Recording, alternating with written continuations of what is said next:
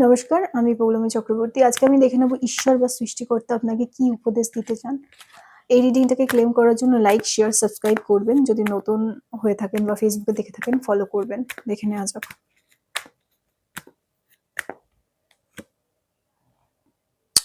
King of swords, ঈশ্বর বা সৃষ্টিকর্তা আপনাকে বলতে চাইছেন এই মুহূর্তে বা উপদেশ দিতে চাইছেন আপনাকে কি করতে হবে। আপনাকে প্রচন্ড পরিমাণে লজিক্যাল প্র্যাকটিক্যালি ভাবনা চিন্তা করতে হবে। যারা এই মুহূর্তে আমি দেখছি অনেকেই ইমোশনাল হয়ে ভাবনা চিন্তা করছেন, কোনো ডিসিশন নিতে চাইছেন, কোনো সিদ্ধান্ত নিতে চাইছেন, আপনাকে লজিক্যাল প্র্যাকটিক্যাল হয়ে কিন্তু ডিসিশন নিতে হবে। আপনাকে লজিক্যাল প্র্যাকটিক্যাল হয়ে ডিসাইড করতে হবে কোন দিকে যাবেন না যাবেন। ইমোশনাল হয়ে এই মুহূর্তে কোনো কাজ করা যাবে না। আপনি যদি ইমোশনাল হয়েও থাকেন কোনো ডিসিশন এই মুহূর্তে নেবেন না, সেটা কিন্তু খারাপ হতে পারে। আমি দেখছি অনেকেই অতীতে ফিরে যাচ্ছেন, ইমোশনাল হচ্ছেন এবং অতীতে ফিরে যাচ্ছেন। ঠিক আছে, অতীতে ফিরে গিয়ে ইমোশনাল হয়ে কোনো ডিসিশন নিচ্ছেন, কোনো কাজ করছেন যেটা আপনার জন্য কিন্তু একেবারেই ভালো না বা একেবারেই উচিত না। অতীতে কোনো ভালো স্মৃতি ছিল, অতীতে কিছু ভালো হয়েছিল আপনার সাথে, সেই ব্যাপার সেই জায়গাটায় আপনি কনসেন্ট্রেট করতেন, সেই জায়গাটায় আপনি বারবার বারবার করে ফিরে যাচ্ছেন। সেই জন্য কিন্তু আপনার এই ধরনের চিন্তা ভাবনা কাজ করছে। এই যে মানুষগুলোর চিন্তা ভাবনা আপনি করছেন, যে মানুষগুলোর ব্যাপারে আপনি ভাবনা চিন্তা করছেন, সেই মানুষটা কি কোথাও না কোথাও কিন্তু বা সেই পরিস্থিতিটা কিন্তু আপনার অতীতে। বর্তমানে কিন্তু আপনি সেই কথাগুলো ভেবে ভেবে ইমোশনাল হচ্ছেন এবং সেটা কিন্তু আপনার জন্য একেবারেই ভালো না।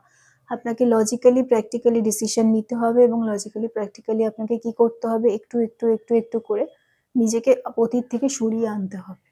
ঠিক আছে? বর্তমানে কনসেনট্রেট করুন, বর্তমানের ভাবনা চিন্তা করুন, তবেই কিন্তু আপনি ভালো থাকবেন। আর কি? আর আমি দেখছি হচ্ছে অনেকেই কিন্তু ধর্মের পথে যাওয়ার কথা ভাবছেন। মানে অনেকেই কিন্তু ঈশ্বরের উপর ভরসা করেই বসে আছেন। ঈশ্বরকেই বলছেন যে, "আমার কথা শুনুন, অনেক তো করলাম। এবার আমারও একটা গতি হোক, আমার মনের ইচ্ছাও পূরণ হোক।" এই ধরনের ভাবনা চিন্তা নিয়ে কিন্তু অনেকেই ঈশ্বর সৃষ্টিকর্তা আপনি যাকেই মানুন না কেন তার কাছে বারবার বারবার আসছেন। এবং অনেকেই আমি দেখছি আশা হারিয়ে ফেলছেন যে এত পরিশ্রম করে, এত ভালো থেকে, এত ভালো মানুষ হওয়ার পরেও কেন আমি এই ধরনের সিচুয়েশন বা এই ধরনের পরিস্থিতির মুখোমুখি হচ্ছি? আমার সাথেই কেন খারাপ হচ্ছে? এই ধরনের চিন্তাভাবনা কিন্তু প্রচুর, প্রচুর মানুষের মধ্যে কাজ করছে আমি দেখছি। তাদের উদ্দেশ্যে বলছি, তাদের জন্য গাইডেন্স হচ্ছে আপনারা ধৈর্য ধরুন।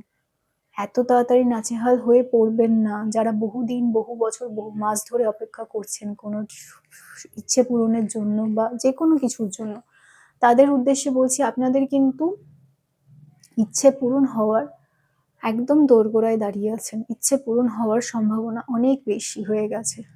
আপনারা কিন্তু শেষ মুহূর্তে এসে যদি ধৈর্য হারিয়ে ফেলেন বা ছেড়ে দেন, তাহলে কিন্তু আপনার এতগুলো দিনের পরিশ্রম, এতগুলো দিনের চাওয়া, এতগুলো দিনের ইচ্ছে সব কিন্তু বৃথা হয়ে যাবে। আপনি কিন্তু খুব কাছাকাছি রয়েছেন নিজের লক্ষ্য পূরণের, নিজের স্বপ্ন পূরণের, নিজের ইচ্ছে পূরণের। আপনি হয়তো সেটা বুঝতে পারছেন না, আপনি হয়তো ক্লান্ত হয়ে পড়েছেন, কিন্তু আপনি কাছাকাছি রয়েছেন। এই রিডিংটাকে ক্লেম করার জন্য লাইক করতে হবে, সাবস্ক্রাইব করতে হবে, ফলো করতে হবে, শেয়ার করতে হবে। সবাই খুব ভালো থাকবেন। নমস্কার।